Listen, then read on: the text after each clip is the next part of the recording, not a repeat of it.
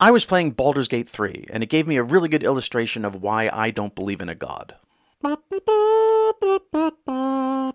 One thing I get from theists fairly regularly is the question, what evidence would it take me to believe in a god? And really what they're actually asking is, why don't I accept the evidence that they do? But the truth is because any evidence that's been given about a god does not compel me. Because from a theist point of view, it always seems to be about personal beliefs, personal feelings, personal experiences, things that you can't communicate to another person as actual evidence. And they see it as evidence. I mean, that's fine at the personal level. The problem is you can't communicate it. You can't take sense evidence and present it in a court of law, right? And that's kind of seen as ridiculous. It's my feeling of evidence means something that is physical, something tangible.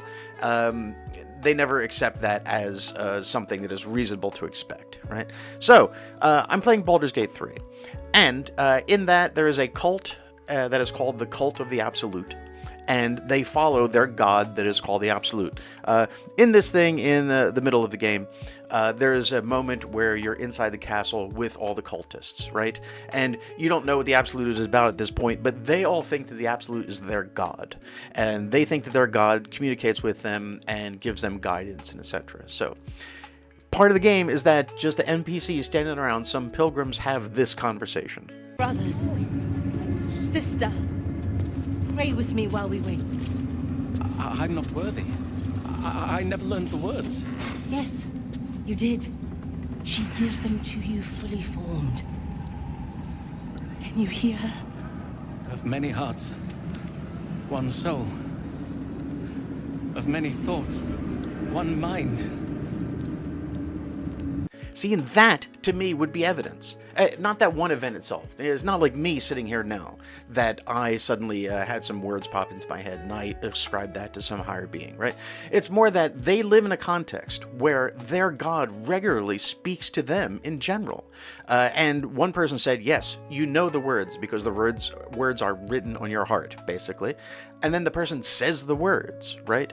That's not a case where that person had a personal experience. That is a case where the whole context of the reality that they are living in includes an external superior being putting words into their heads, and it's seeable and it's knowable and it's regularly seen to other people. The one pilgrim knew this would happen. It did happen. It demonstrated that it happened. They all understand that the Absolute is real.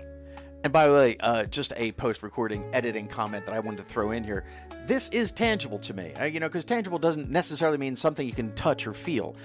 This means that this is something that is easily observable by everyone and does not need a convincing or, interpretation. This is an experience that they all clearly share. So to me, the word tangible includes this experience that was in this video. Right? This is proof. But, as I keep saying, the definitions of God that are given these days for the major religions all include definitions that do not require anything tangible. And anytime you try to pin that down to actual evidence, it always turns into you simply don't understand, or you are not willing to believe, or you're not trying hard enough. When in reality, just that evidence is just not forthcoming. Video over.